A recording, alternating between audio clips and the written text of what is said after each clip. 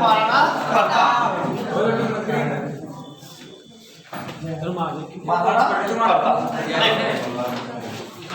किस प्रकार से युद्ध होगा और इस युद्ध की योजना किस प्रकार से बनाई, तो देखो इधर तो महाराणा प्रताप और इधर है अकबर। कौन है? अकबर। इस प्रकार से हल्दी घाटी की योजना बनती है।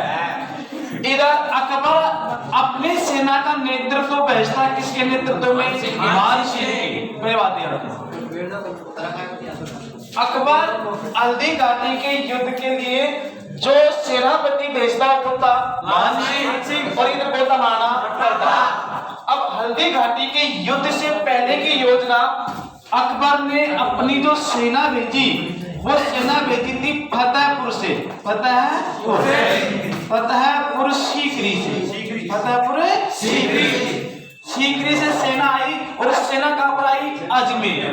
सेना कहां पर आई थी? अजमेर। और अजमेर में आप दुर्ग पूछ सकता है अकबर का किला, अकबर का किला। और इसी दुर्ग को कहा जाता है मैगनीज दुर्ग, मैगनीज दुर्ग। और इसी को बोलते हैं मुस्लिम शैली का एकमात्र दुर्ग। सेना अकबर ने भेजता किसके नेतृत्व में? मान सिंह के नेतृत्व में। और सेना आती है फतेहपुर सीकरी से पहुंचने कहां पर है? अजमेर। अजमेर में किला कौन सा? अकबर का किला, इसे बोलते हैं मैगनीज का दुर्ग। पहला प्रश्न यह आ सकता है कि अकबर की सेना ने योजना कौन से दुर्ग बनाई थी? कहां चलेगा? मैगनीज का दुर्ग। खोल दो इसको।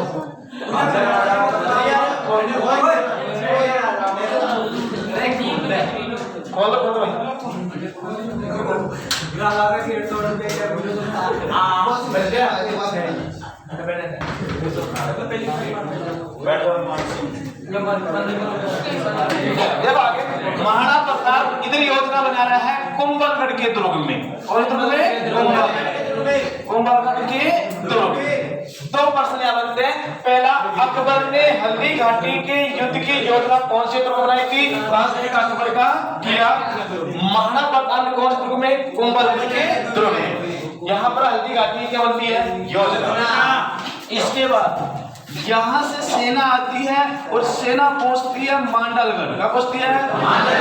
मांडलगढ़ पहुंचती है। और ये कहाँ पड़ता है? भीलवाड़ा। कहाँ पड़ता है? भीलवाड़ा। अकबर के किले से सेना रवाना होती है और सेना पहुंचती कहाँ पर? मांडलगढ़। मांडलगढ़ का पड़ता है? भीलवाड़ा। मांडलगढ़ पड़ता है भीलवाड़ा में। इस प्रकार से यहाँ पर मान सिंह ने, किसने? मान सिंह ने अपनी मुगल सेना को, कौन सेना थी यहाँ पर? मुगल सेना।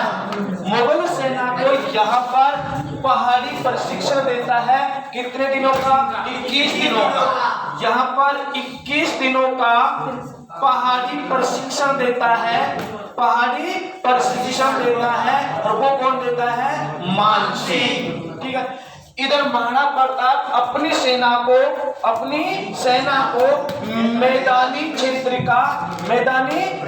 का प्रशिक्षण देता है। क्या देता है? प्रशिक्षण। देखो इसके बाद इसने, मान सिंह ने अपनी सेना का अंतिम जो शिविर लगाया, अंतिम क्या लगाया? शिविर। अंतिम जो शिविर लगाया था वो लगाया था मोलेला गांव में। मोलेला गांव में। ये कहाँ पड़ता है? राजसमंद में। कहाँ पड़ता है? राजसमंद में। इधर से महाराणा प्रताप की सेना का अंतिम जो शिविर लगा, अंतिम क्या लगा? शिविर। और वो शिविर लगा था लोसिंग गांव में। कौन से गांव में? लोसिंग गांव में। और ये भी कहाँ पड़ता है? राजसमंद में। राजसमंद में पड़ता है। ठीक है। अर्थात दोनों की सेना आमने सामने आ गई। एक गांव में ठहरी हुई है महाराणा प्रताप की सेना और दूसरे गांव में ठहरी हुई है मान सिंह की सेना। इधर तो गांव कौन सा है? मोलेला। अंतिम प्रश्न इस प्रकार से बन सकता है कि हल्दी घाटी के युद्ध से पहले महाराणा प्रताप की सेना का अंतिम शिविर कहाँ लगाया गया था? लोसिंग गांव में। और इधर अकबर की सेना का मोलेला गांव कहाँ पर? राजसमंद। अब ये मोलेला प्रसिद्ध भी है। देखो मोलेला क्यों प्रसिद्ध है? ये मोलेला टेराकोटा पद्धति के लिए प्रसिद्ध है। किसके लिए प्रसिद्ध है? टेराकोटा पद्धति। इसके साथ साथ यहाँ पर मिट्टी की बनी हुई मण मूर्तियां पर पेंटिंग की जाती है, इसलिए भी प्रसिद्ध कौन सा गांव है? मोलेला। बताओ कहाँ पड़ता है? राजसमंद। इसके बाद इसके पास सेना थी 80,000। कितनी हजार थी? 80,000। और इसके पास सेना थी 3,20,000। 3,20,000 क्या थी? सैनिक। किसके पास थी? मानसिंह के पास। इसके पास कितनी थी? 80,000। एक बार प्रश्न आया था कि कितने अनुपात में मुगल और राजपूत सेना थी? कितने अनुपात में हल्दी घाटी के युद्ध में, कितने अनुपात में हल्दी घाटी के युद्ध में मुगल और राजपूत सेना थी? तो अनुपात निकालोगे तो 4:1। 4:1। अर्थात एक विशाल सेना का नेतृत्व कौन कर रहा था? मानसिंह। इधर महाराणा प्रताप। कितनी सेना है इसके पास? 80,000। इसके पास कितनी है? 3,20,000। हाँ सर, विश्राम देखो, इस प्रकार से सेना की पूर्ण तैयारी होगी। हल्दी घाटी के युद्ध से पहले इस प्रकार की योजना बनाई थी। इधर तो अकबर के सेनापति मानसिंह ने और इधर महाराणा प्रताप। सेना निश्चित हो गई कि 80,000 सेना तो महाराणा प्रताप की तरफ से लड़ेगी और 3,20,000 सेना मानसिंह की तरफ से लड़ेगी। अंतिम शिविर इसने लगा लिया मोलेला गांव में और इसे लगा दिया लोसी गांव में। सेना आमने सामने आ पहुंची। जहां पहुंची वो स्थान होगा हल्दी घाटी का मैदान। अब देखो हल्दी घाटी का मैदान कहां पर है और किस प्रकार ये युद्ध हुआ और इस युद्ध में कौन कौन सी घटनाएं घटित हुई। देखो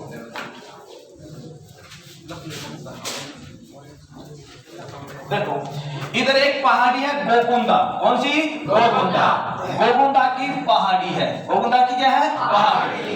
एक है खमनोर। कौन सी है? खमनोर। खमनोर की पहाड़ी। खमनोर की पहाड़ी। इसे हम कुंभलगढ़ की पहाड़ी भी बोल सकते हैं। कौन सी पहाड़ी?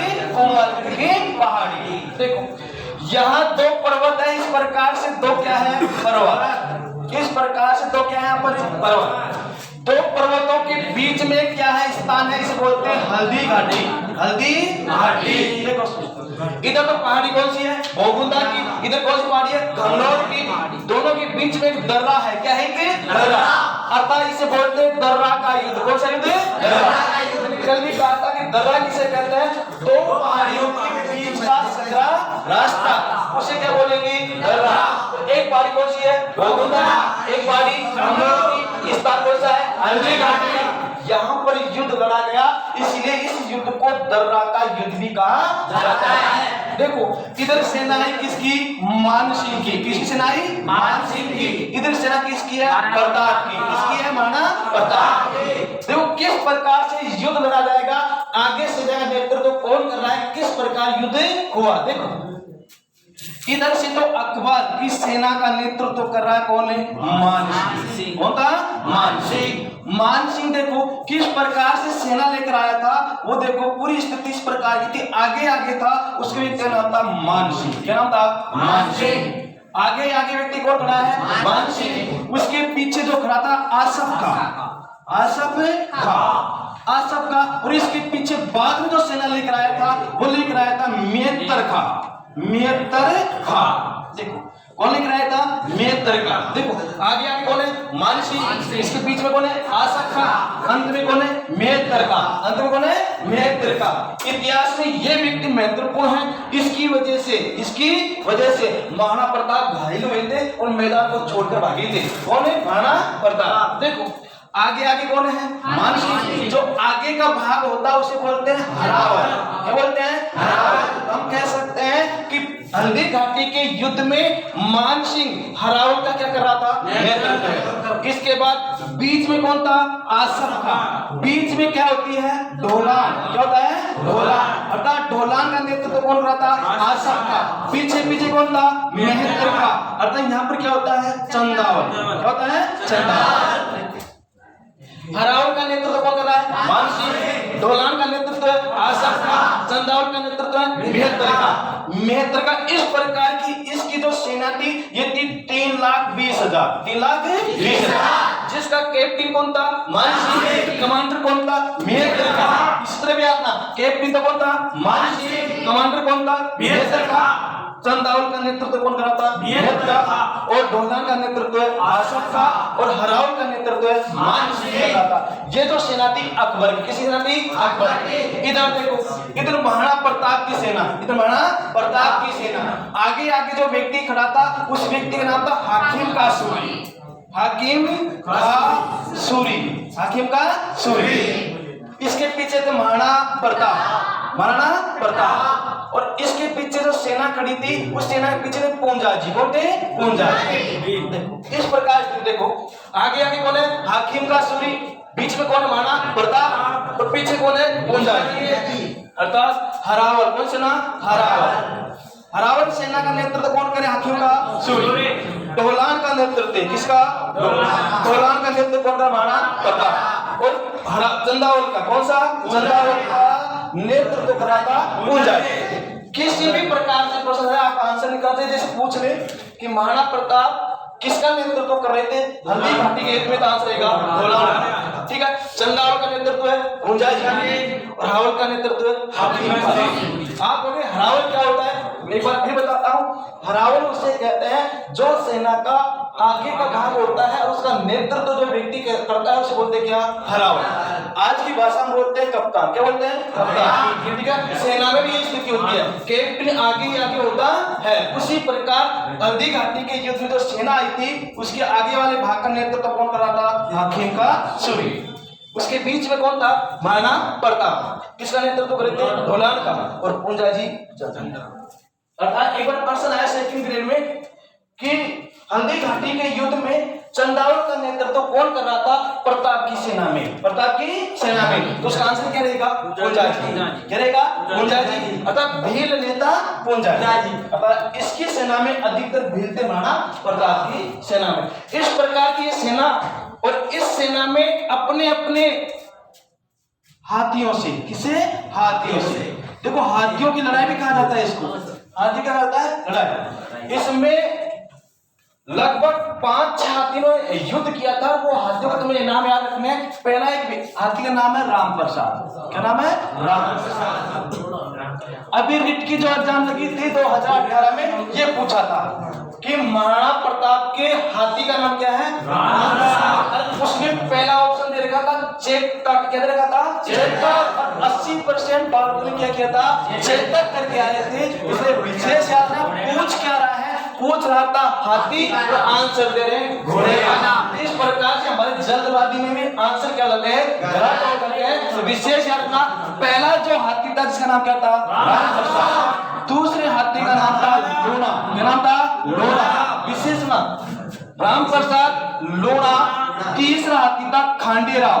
खांडेराव। क्या नाम था? खांडेराव। मतलब 3 हाथियों के, पहला कौन सा? राम प्रसाद, दूसरा लोणा, तीसरा खांडेराव। इधर से ये तो महाराणा प्रताप के हाथी थे, इधर थे मान सिंह के। कौन के? मान सिंह के। मान सिंह की तरफ से पहला हाथी था मर्दाना। कौन सा था? मर्दाना। दूसरा था गजमुक्ता। गजमुक्ता। हाथी का नाम क्या है? गजमुक्ता।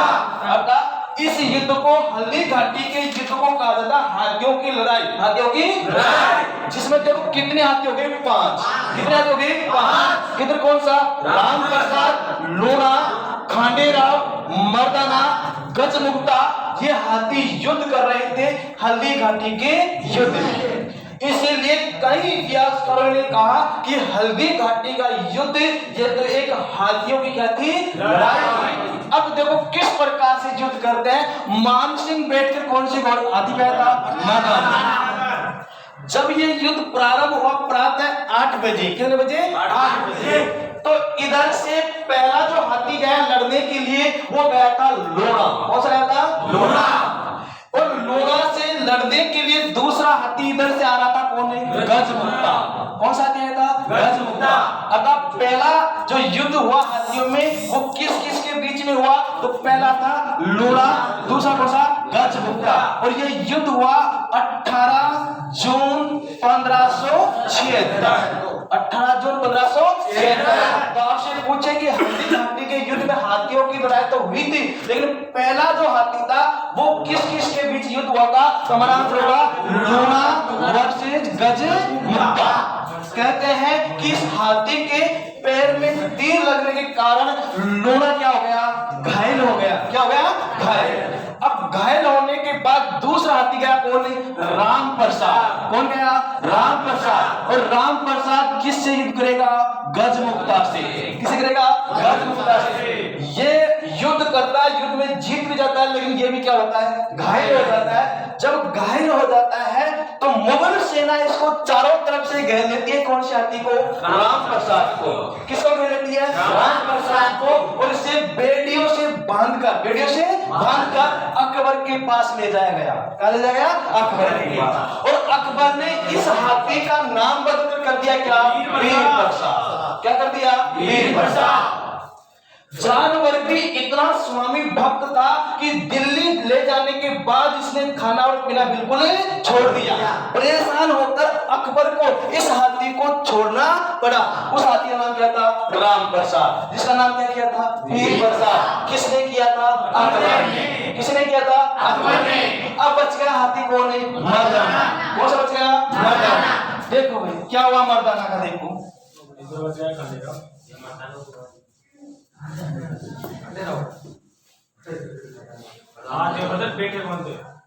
आगे देखो, इधर देखो, यहाँ तो युद्ध चल रहा है। ये जो क्षेत्र है इसमें क्या चल रहा है? युद्ध। और ये स्थान कौन सा है? हल्दी घाटी।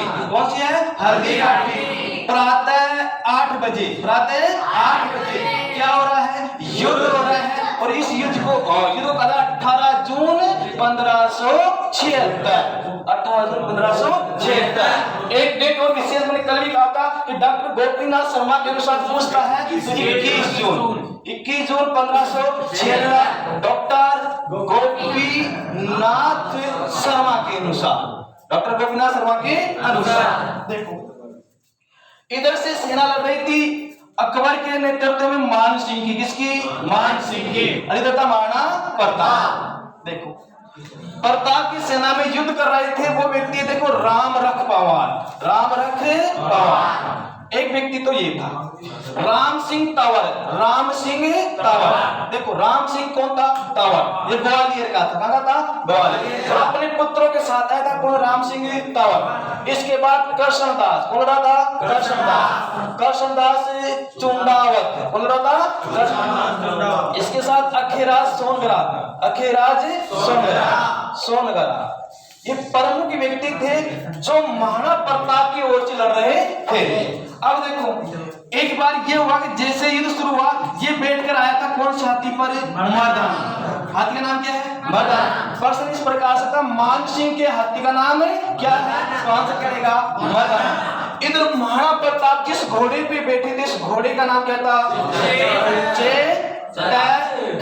कई किताबों में से लेकिन वास्तविक देखते हैं जब आप बाटोल इसमें बलीचा गांव में जाओगे वहां पर चेतक की समाधि बनी हुई है। क्या बनी हुई है? समाधि थी। और इस चेतक ने लिखी से क्या लिखा हुआ है? चेतक। क्या लिखा हुआ है? चेतक। तो शुद्ध क्या रहेगा? चेतक। ध्यान रखना कहां पर लिखा हुआ है? जहां पर चेतक की समाधि बनी हुई है वहीं पर इसका नाम क्या लिखा हुआ है? चेतक लिखा हुआ है। तो शुद्ध नाम क्या होगा? चेतक।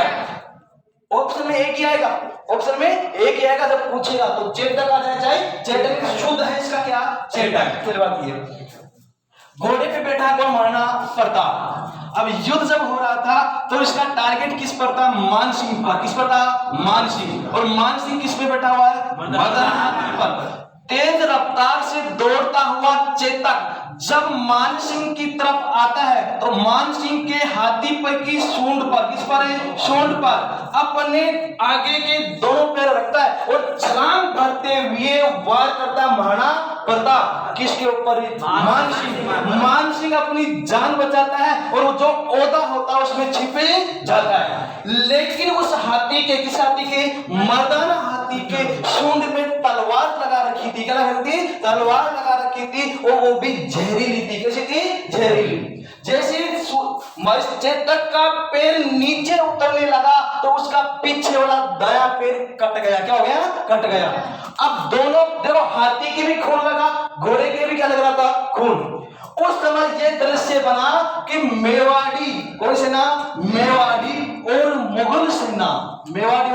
मुगल सेना, कुछ क्षण के लिए रुक गया युद्ध। ऐसा लगा या तो प्रताप मारा गया या मान सिंह मारा गया। ऐसा दृश्य बन गया और देखते देखते स्थिति इस प्रकार की हुई जैसे यहां महाराणा प्रताप और इसके चारों तरफ सेना हुई मेवाड़ी।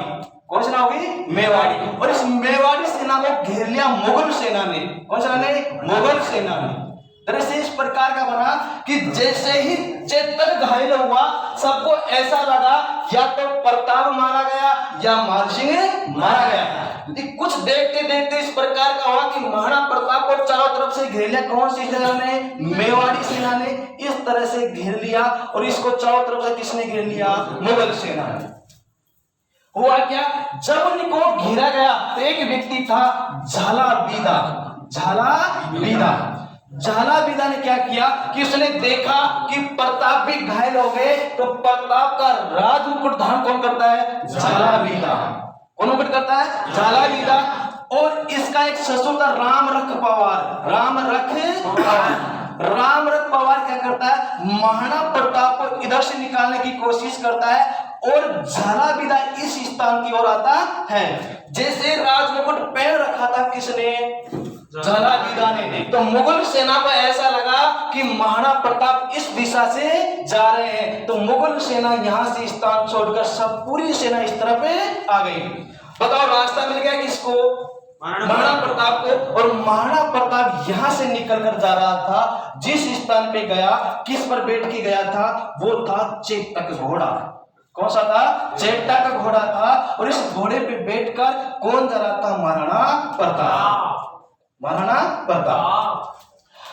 प्रताप जा रहा था। स्वामी भक्त पैर में खून निकल रहे थे, फिर भी इसकी परवाह कौन नहीं कर रहा था? चेतक घोड़ा। और अपने स्वामी की रक्षा के लिए दौड़ता ही जा रहा था। एक स्थान पड़ता था बलीचा ग्राम। कौन सा गांव? बलीचा गांव पड़ता था। और इस बलीचा गांव में पड़ता था पानी का नाला। क्या पड़ता था? पानी का नाला। देखो ये हल्दी घाटी का मैदान वालों, यहां से निकल कर जा रहा है महाराणा प्रताप और महाराणा प्रताप पहुंच गया बलीचा गांव में पहुंच गया।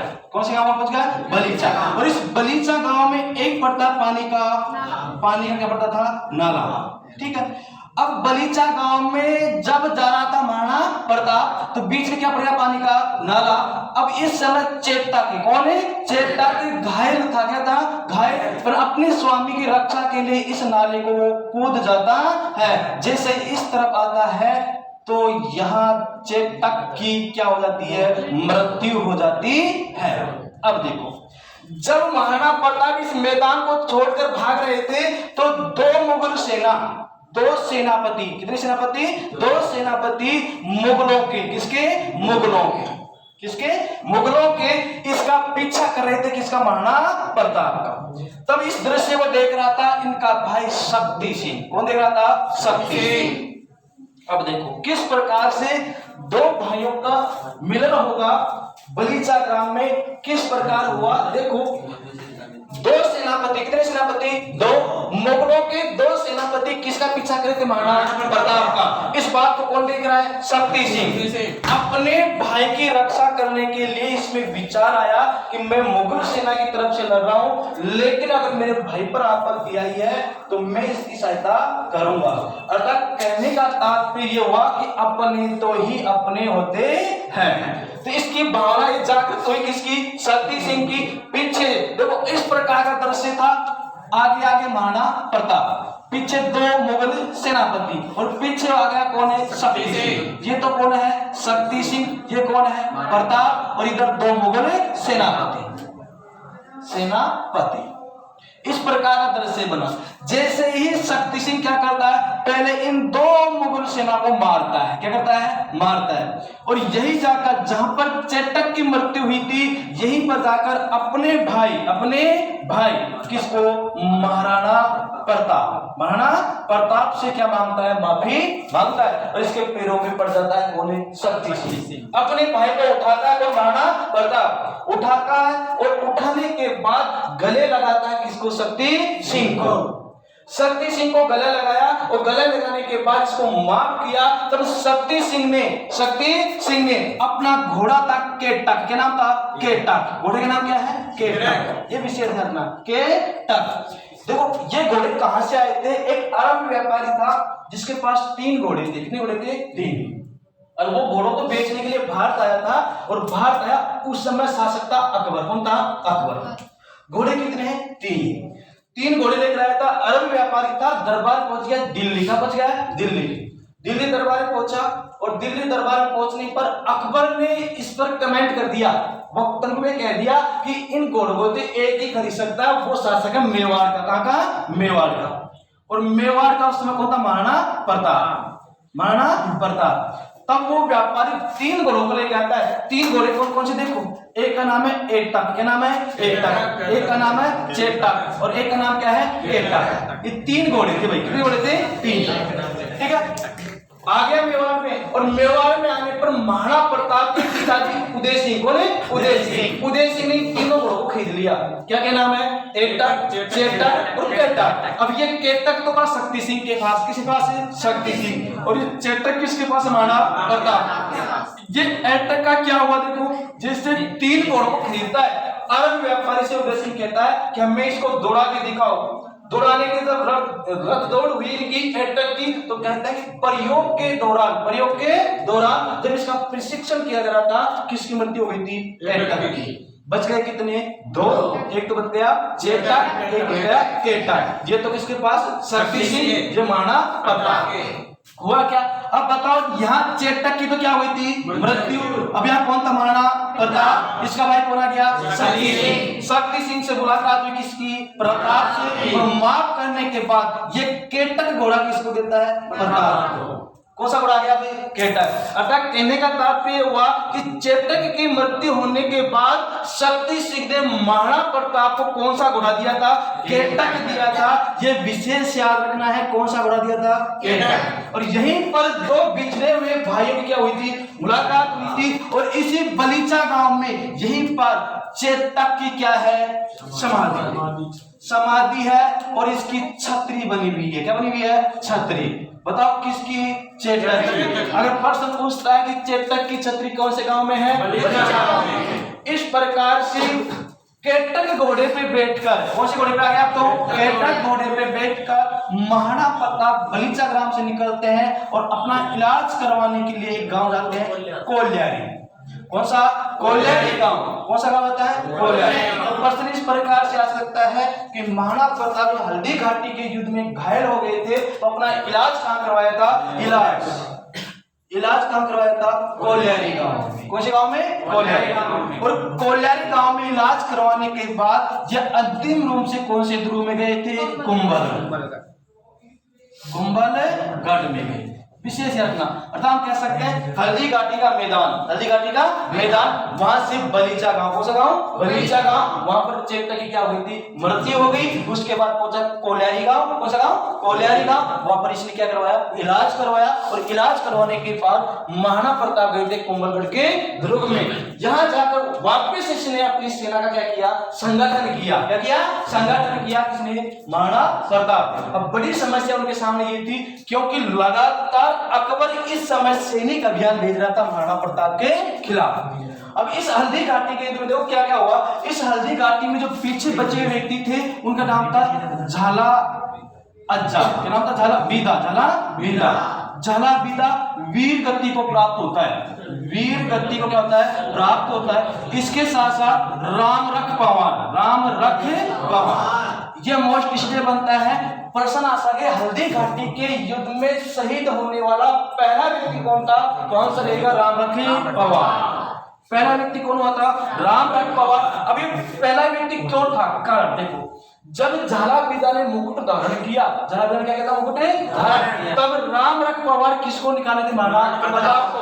इसका पता चल गया मुगल सेना को। तो मुगल सेना किस पे टूट पड़ी? राम रख पवार को। तो प्रश्न है कि हल्दी घाटी के युद्ध में महाराणा प्रताप की ओर से लड़ रहे प्रथम वीर गति को प्राप्त व्यक्ति को राम। उसके बाद कौन मारा गया? झाला बीदा। कृष्णदास चुंडावत अखिराज सोनगरा राम सिंह तंवर अपने 3 पुत्रों के सहित वीरगति को क्या होते हैं प्राप्त होते हैं। और ये जो हल्दी घाटी का युद्ध था अनिर्णायक रहा, इसका कोई निर्णय नहीं निकला। ऐसा क्यों? क्योंकि इस हल्दी घाटी का उद्देश्य था, ये ध्यान रखना, कि महाराणा प्रताप को जिंदा पकड़कर मुगल दरबार में उपस्थित करना। इस शर्त को पूरी नहीं कर सके और हल्दी घाटी का जो युद्ध था, हल्दी घाटी का युद्ध जो था अनिर्णायक रहा। ना तो जीत पाया मान सिंह, ना जीत पाया महाराणा प्रताप। इसलिए इतिहास में इस युद्ध को अनिर्णायक युद्ध भी कहा जाता है। कुछ विद्वान तो महाराणा प्रताप की विजय बताते हैं, कुछ विद्वान इसमें मान सिंह की विजय बताते हैं, लेकिन आधुनिक इतिहासकार ये इस बात को स्पष्ट रूप से करते हैं कि यह युद्ध अनिर्णायक था, क्योंकि इस उद्देश्य यह था कि इसमें प्रताप को बंदी बनाकर अकबर के सामने उपस्थित करना था। देखो नोट क्या बात याद रखनी है, इस हल्दी घाटी के युद्ध में, इस हल्दी घाटी के युद्ध में एक व्यक्ति था मेहतर खा। कौन था? मेहतर खा। इस मेहतर खा ने झूठी क्या फैलाई थी? अफवाह। झूठी क्या फैलाई थी? अफवाह फैलाई थी कि अकबर सेना लेकर आ गया। ऐसी झूठी अफवाह फैलाने वाला व्यक्ति कौन था? मेहतर खा था। विशेष बात ये याद रखनी है कि हल्दी घाटी के युद्ध में झूठी अफवाह किसने फैलाई थी? मेहतर खा ने। इसके बाद इस युद्ध में जिहाद का नारा, किसका नारा? जिहाद का नारा आसफ खान ने दिया था। किसने दिया था? आसफ खान ने दिया। विशेष बात याद करनी है, मोस्ट बात यह है कि हल्दी घाटी के युद्ध में किसने क्या कहा था? मेहतर खान ने क्या फैलाई थी? झूठी अफवाह। और इसमें जिहाद का नारा किसने दिया था? आसफ खान ने क्या दिया था? जिहाद का नारा। इसके बाद इस हल्दी घाटी के युद्ध में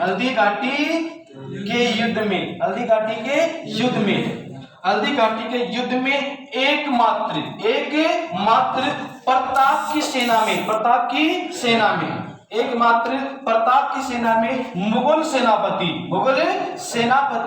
कौन था? हाकिम का सूरी।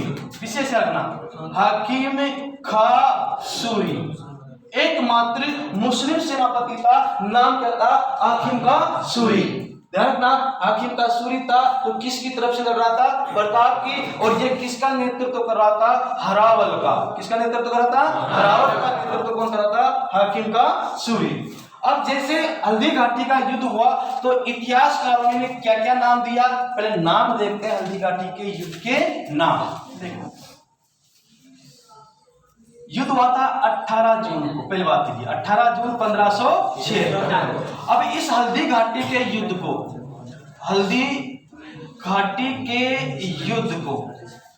नाम दिया इतिहासकार। क्या क्या नाम दिया? देखो पहला नाम, इसे कहा जाता खमनोर का युद्ध। हल्दी घाटी युद्ध को कौन सा नाम दिया? खमनोर का युद्ध। किसने कहा? अबुल फजल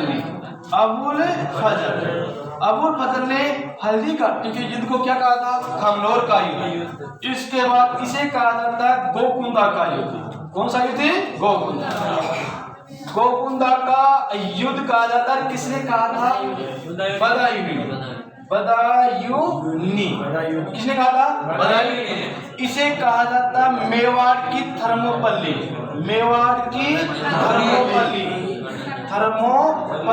और इसने किसने कहा था? कर्नल जेम्स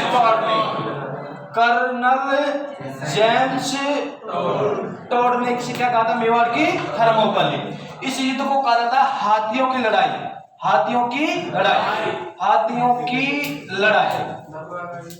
इसको कहा जाता हाथियों की लड़ाई। इसके बाद इसको कहा जाता बनास नदी का युद्ध भी इसे कहा जाता है। कौन से युद्ध को? हल्दी घाटी के युद्ध को। इसे कहा जाता है दर्रा का युद्ध। कौन सा युद्ध? दर्रा का युद्ध। क्या कहा जाता है? दर्रा का युद्ध। कौन से युद्ध को कहा जाता है? हल्दी घाटी के युद्ध को। इसको कहा जाता है, दर्रा का युद्ध हो गया। इसे कहा जाता है रक्त तलाई का युद्ध। रक्त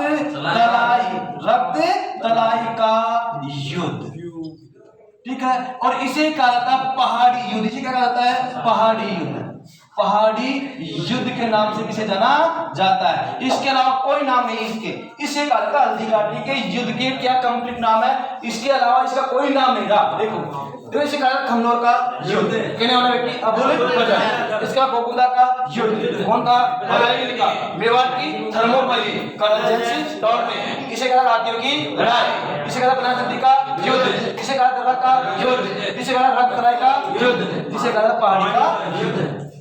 विशेष याद रखना पहाड़ी थी, एक तो गोकुंदा की पहाड़ी थी, एक कुंभलगढ़ की खमनौर की पहाड़ी थी। इसके बाद एक व्यक्ति था, अब प्रश्न इस प्रकार से आ सकता है कि हल्दी घाटी के युद्ध को कोई ऐसा व्यक्ति था जिसने जीवित अपनी आंखों से प्रत्यक्ष रूप से देखा, तो हाँ इसका एक व्यक्ति था जो मान सिंह की सेना में आया हुआ था, उसका नाम था बदायूं। क्या नाम था? बदायूं। एकमात्र व्यक्ति जिसने हल्दी घाटी के युद्ध को प्रत्यक्ष रूप से देखा, उसका नाम क्या था? बदायूं। और इस बदायूं ने अपनी पुस्तक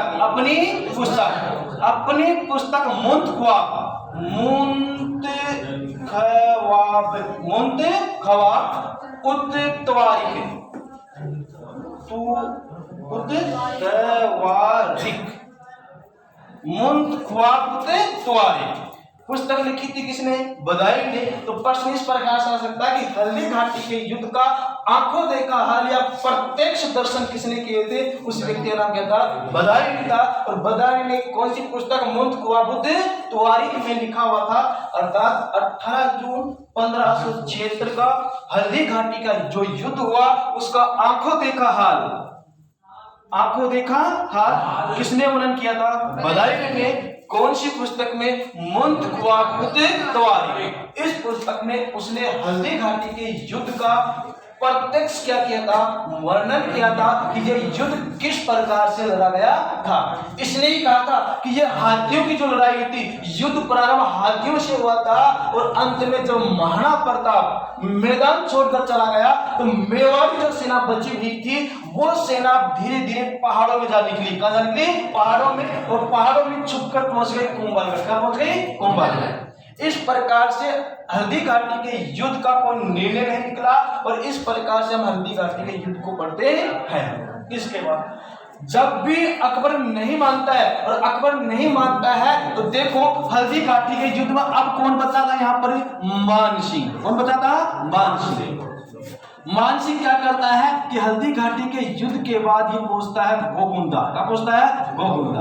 विशेष बात देखना, किताबों में कहीं नहीं दे रखा है, विशेष सुन लेना कि जैसे हल्दी घाटी का युद्ध होता है समाप्त होने के बाद मान सिंह का जाता है गोकुंदा, और गोकुंदा पर क्या कर लेता है? अधिकार। क्या कर लेता है? अधिकार कर लेता है। और अधिकार करने के बाद यहाँ पर जो मेवाड़ी सेना थी छिपकर वार करती थी, अर्थात कौन सा युद्ध करती थी? छापा मार। कौन सा युद्ध करती थी? छापा मार युद्ध करती थी। और किसके ऊपर करती थी? मान सिंह के ऊपर करती थी। कौन से स्थान पर? गोकुंदा। कहां पर? गोकुंदा।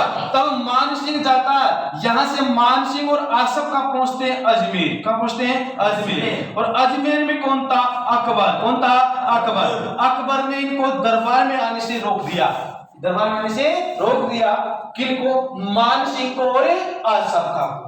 दूसरी बात, इसने जो ड्यूटी दी जाती थी उसको बंद कर दिया, और इसकी जो मनसबदारी थी, क्या थी? मनसबदारी थी, उसको भी 7,000 से, कितने हजार से? 7,000 से घटाकर कितना कर दिया? 5,000। मनसबदारी प्रथा की शुरुआत अकबर ने की थी। किसने की थी? अकबर ने। और सर्वाधिक मनसब मिलता था राजकुमार को। किसको? राजकुमार को। जब मान सिंह को लेकर गया था 1562 में, तब अकबर ने मान सिंह को एक उपाधि दी थी फरजंद की। कौन सी? फरजंद की, जिसका अर्थ होता पुत्र के समान। पुत्र के समान। तब उसको कितने हजार का मनसब दिया था? 7,000 का। लेकिन जैसे हल्दी घाटी के युद्ध में हार जाता है, उसका मनसब घटाकर 7,000 से कितना कर दिया? 5,000। और जो उसको वेतन मिलता था, जो तनख्वाह मिलती थी, ड्यूटी जो मिलती थी, उसको कम कर दिया, बंद कर दिया। लेकिन कुछ दिनों बाद इसको माफ कर देता है कौन? अकबर। और वापिस पूरा इनको 7,000 का देता है, मनसब देता है। एक प्रश्न आया था भाई कि जजिया कर किसने समाप्त किया था? कहां से रहेगा? अकबर। किसने किया था? अकबर। 1564 में। 1564 में। फिर वापस किसने लगाया था? वापस लगाया था औरंगजेब ने। किसने लगाया था? औरंगजेब ने। 1679 में। 1679। ठीक।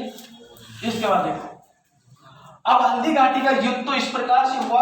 अब अंत में क्या करता है, सैनिक अभियान भेजता है, सैनिक अभियान। यहां से प्रश्न बन सकता है ध्यान, सैनिक अभियान कौन भेजेगा, अकबर। कौन भेजेगा, अकबर। किसके विरुद्ध भेजेगा, प्रताप के विरुद्ध। हल्दी घाटी का युद्ध हो गया, हल्दी घाटी का युद्ध अन्याय का, तो अकबर ने भेजा सैनिक अभियान। अब पहला जो सैनिक अभियान है, अगर प्रश्न है प्रथम सैनिक अभियान, प्रथम सैनिक अभियान, प्रथम सैनिक अभियान, प्रथम सैनिक अभियान आया था 18 जून को, 18 जून 1576 को। कौन लेकर आया था, मानसिंह। कौन लेकर आया था, मानसिंह। कौन लेकर आया था, आसफ खां। आसफ खां, आसफ खां।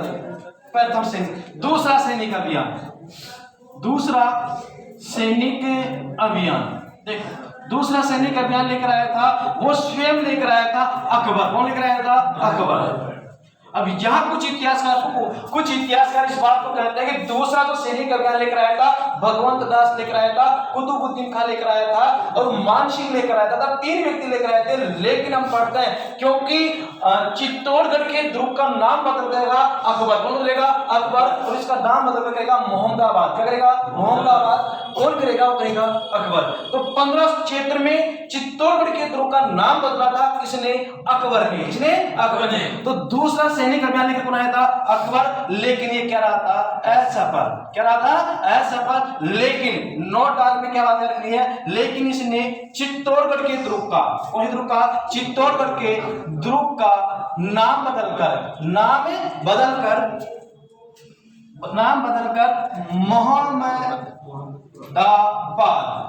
मोहम्मदाबाद ये नाम किया था किसका, चित्तौड़गढ़ का। किसने किया था, अकबर ने। किसने किया था, अकबर ने। बताओ चित्तौड़गढ़ का इससे पहले क्या नाम बदला गया था, खिजराबाद। बताओ किसने, अलाउद्दीन खिलजी। ठीक है, उसके बाद कौन सा नाम बदला था इसका, मोहम्मद। ये जो नाम बदला गया था स्पष्ट है 1576। किसने बदला था, अकबर ने। इसके बाद तीसरा जो सैनिक अभियान लेकर आता है वो महत्वपूर्ण व्यक्ति है जिसका नाम है शाहबाज खां। क्या नाम है, शाहबाज खां। देखो तीसरा सैनिक अभियान लेकर आ रहा है क्योंकि कुंभलगढ़ के दुर्ग को इतिहास में एक बार जीता गया। देखना, कोई विदेशी शासक हमारे कुंभलगढ़ को दुर्ग को जीता, वो एक बार ही जीता था और वो जीता था शाहबाज खां, जो अकबर का कौन था, सेनापति। देखो तीसरा सैनिक अभियान, तीसरा सैनिक अभियान और तीसरा सैनिक अभियान लेकर आया जिसका नाम था शाहबाज खां। शाहबाज खां, क्या नाम था, शाहबाज खां। बताओ कितनी बार लेकर आया, 3 बार। और दूसरा प्रश्न, वह कौन सा सेनापति था जिसने सर्वाधिक सैनिक अभियान किए महाराणा प्रताप के खिलाफ, तो आंसर क्या रहेगा, शाहबाज खां। कितने सैनिक अभियान लेकर आया था, 3। अब देखो 3 सैनिक अभियान कौन कौन से लेकर आया, देखो 3 सैनिक अभियान लेकर आया। पहला जो लेकर आया ये 15 अक्टूबर को लेकर आया। कब लेकर आया, 15 अक्टूबर। 15 अक्टूबर को लेकर आया और 1577 में लेकर आया, 1577। दूसरा लेकर आया 15 दिसंबर को, 15 दिसंबर को, 15 दिसंबर 1578 को लेकर आया।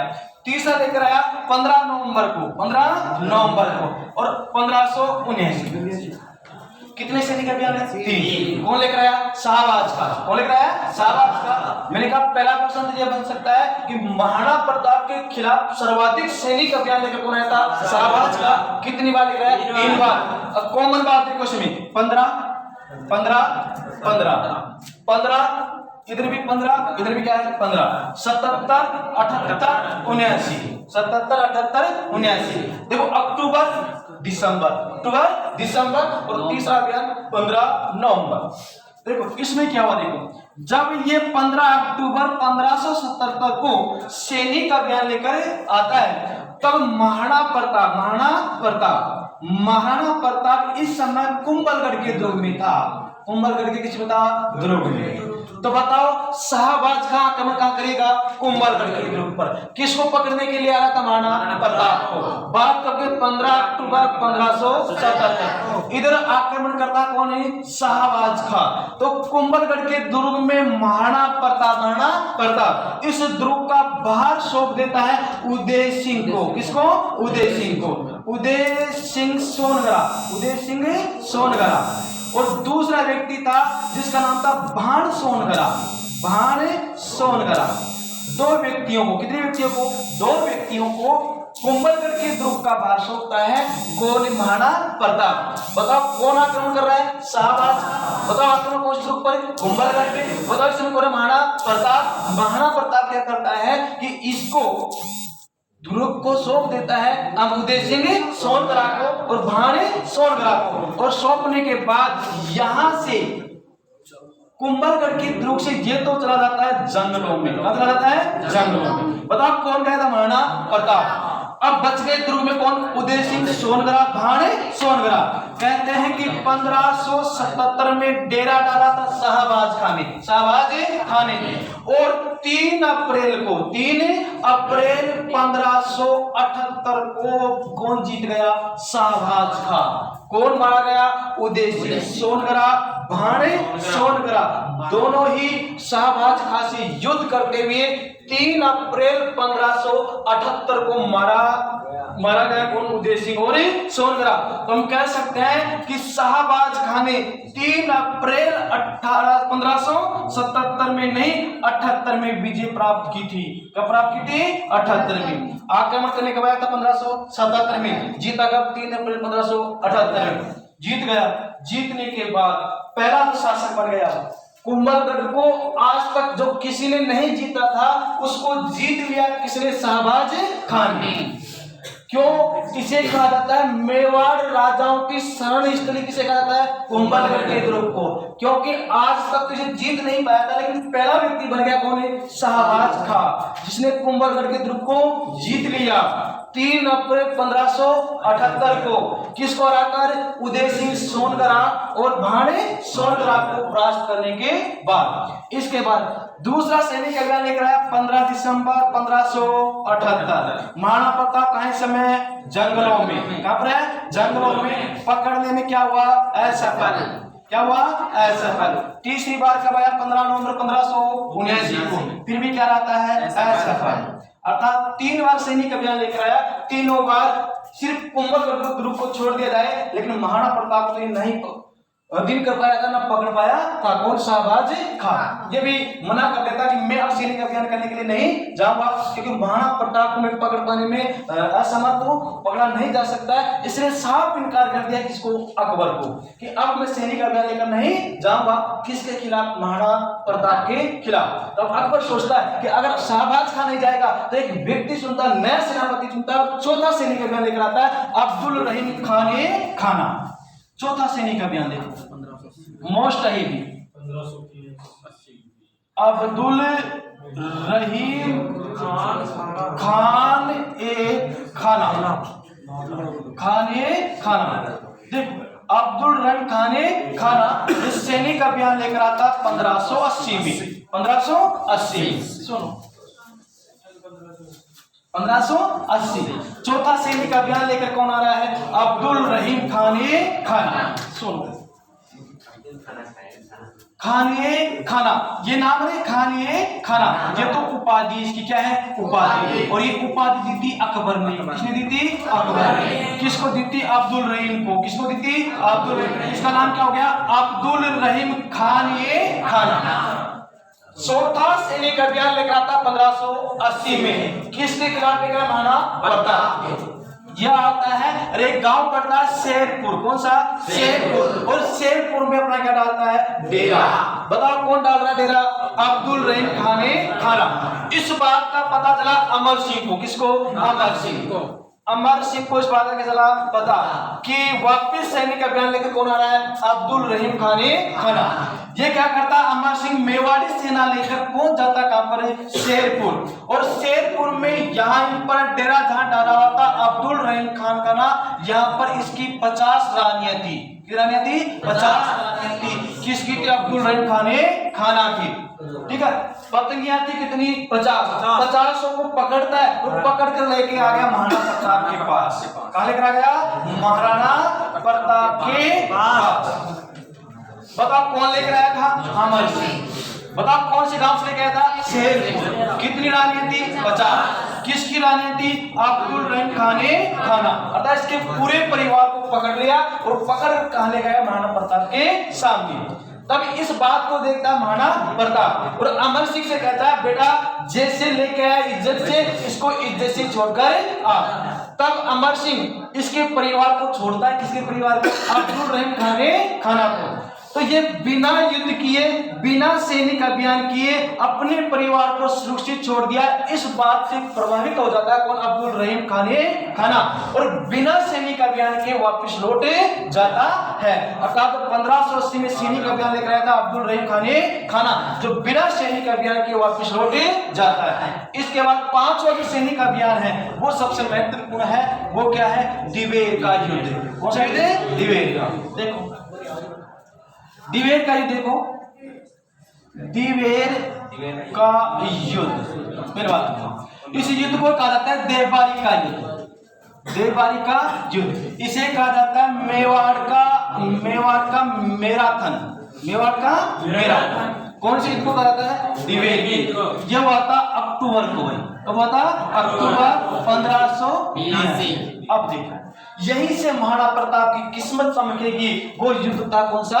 दिवेर का। इसीलिए इसे महाराणा प्रताप के गौरव का युद्ध कहा जाता है। प्रश्न है कि महाराणा प्रताप के गौरव का युद्ध कौन सा था? हल्दी घाटी में होकर कौन सा है? दिवेर का।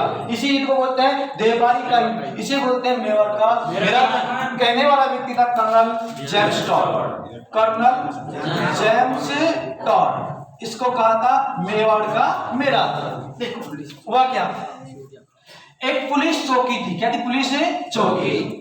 पुलिस थाना लिख सकते हो आप। पुलिस थाना। पुलिस का था एक थाना। इधर तो पहाड़ी थी अजमेर की। कौन सी पहाड़ी है? अजमेर। इधर पहाड़ी है मेवाड़ की। कौन सी है? मेवाड़ की। इधर पहाड़ी है छप्पन की। छप्पन की क्या है? पहाड़ी। अब देखो तीनों तरफ से पहाड़ियों से गिरा हुआ क्षेत्र था। अर्थात कह सकते हैं कि दर्रा है। क्या है ये? दर्रा। अर्थात इसको दर्रा कह सकते हैं, घाटी कह सकते हैं। अर्थात पुलिस थाना था। क्या था? पुलिस थाना। इस पुलिस थाने में अकबर का चाचा, अकबर का कौन था? चाचा। अकबर का कौन था? ये चाचा, जिसका नाम था सुल्तान। सुल्तान शहरिया खां। सुल्तान शहरिया खां। सुनो, सुल्तान शहरिया खां। कहीं पर सुल्तान का इसका नाम लिखा है, पूरा नाम है सुल्तान का शहरिया। बताओ पुलिस थाने का जो थानेदार था कौन था? सुल्तान शहरिया खां। अब क्या करता है? इधर से अमर सिंह। कौन है? अमर सिंह। ये भी परेशान हो गया। कौन? अमर सिंह भी, कि पापा युद्ध करते हैं, हार जाते हैं, अब की बात नेतृत्व मैं करता हूं। ये बात कौन कर रहा है? अमर सिंह। अमर सिंह अपने साथ कौन सी सेना लेगा? मेवाड़ी। मेवाड़ी सेना लेता है और यह रवाना होता है कहां पर? पुलिस थाने के ऊपर क्या करता है? आक्रमण करता है। बताओ यहाँ का थानेदार कौन था? सुल्तान शहरिया खां। जब युद्ध होता है, जब क्या होता है? युद्ध, तो इस युद्ध में अमर सिंह के वारसी कौन माना जाता है? सुल्तान खां शहरिया माना जाता है। और इस युद्ध में, कौन से युद्ध में? दिवेर के युद्ध में विजयी होता है कौन? अमर सिंह। कौन होता है? अमर सिंह। ध्यान रखना पहले बात को। लेकिन इस समय शासक कौन है? महाराणा प्रताप। तो ये महाराणा प्रताप की प्रथम विजय मानी जाती है। और वो युद्ध कौन सा? दिवेर का युद्ध, जो 1582 में हुआ था। अक्टूबर 1582। ध्यान रखना किसको मारा था? सुल्तान शहरिया खां को।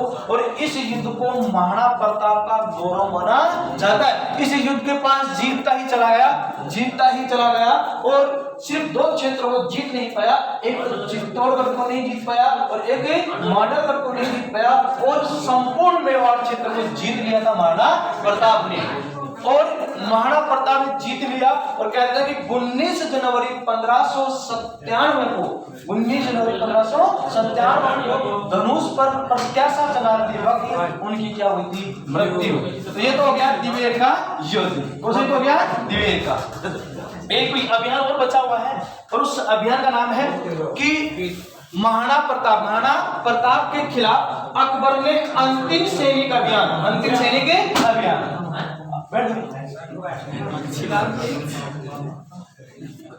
सबसे महत्वपूर्ण ये बन सकता है कि अकबर ने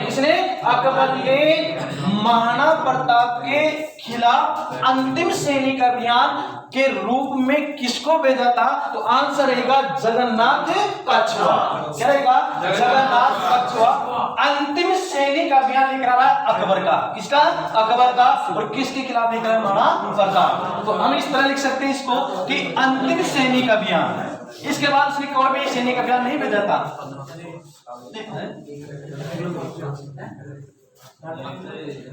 महाराणा प्रताप के खिलाफ अंतिम सैनिक अभियान लेकर हमारे आमेर का शासक आया था भाई। आमेर का शासक जगन्नाथ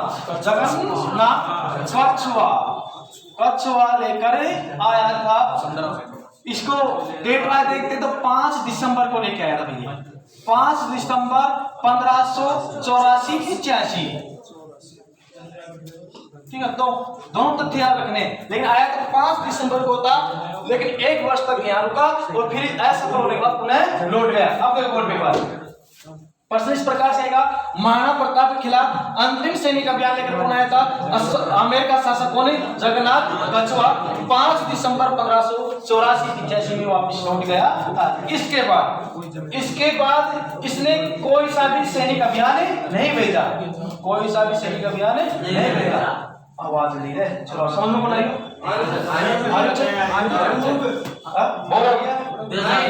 बोल हो गया नहीं बोलिए सुस्त आवाज बोलिए पहुंच रही है मेरे सुस्त की वजह से वो सुन रहे थे बात नहीं। हां सुनो तो फिर मजा आ रही सुन लो।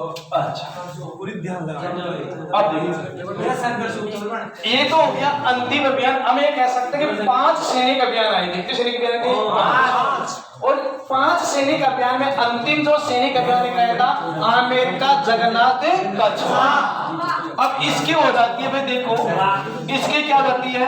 मृत्यु हो जाती है किसकी? जगन्नाथ कछुआ की। और ये मृत्यु हुई थी मांडल गढ़ में हुई थी। और मांडल का पड़ता है भीलवाड़ा में। क्या पड़ता है? भीलवाड़ा में। और महत्वपूर्ण इसलिए बन जाती है, यहीं पर इसकी क्या है? छतरी है। और ये छतरी है 32 खंभों की। कितने खंभों की है? 32 खंभों की।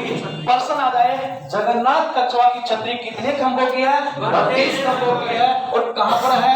मांडलगढ़ में है। मांडलगढ़ कहां पर है? भीलवाड़ा में। जगन्नाथ कछुआ कहां का शासक था? आमेर का था। लेकिन सैनिक अभियान किसका लेकर आया था? अकबर का। किसका लेकर आया था? अकबर का। और महाराणा प्रताप के खिलाफ अंतिम सैनिक अभियान लेकर भी कौन आया था? जगन्नाथ कछुआ। कब लेकर आया था? 5 दिसंबर 1584 में। 1 वर्ष तक यहाँ रहा और 1585 में इसकी क्या हो जाती है? मृत्यु हो जाती है। मृत्यु होने वाला स्थान कौन सा था? मांडलगढ़। और ये कहां पड़ता है? भीलवाड़ा में। और यहाँ पर कितने खंभों की छतरी है? 32 खंभों की छतरी है। बताओ यहीं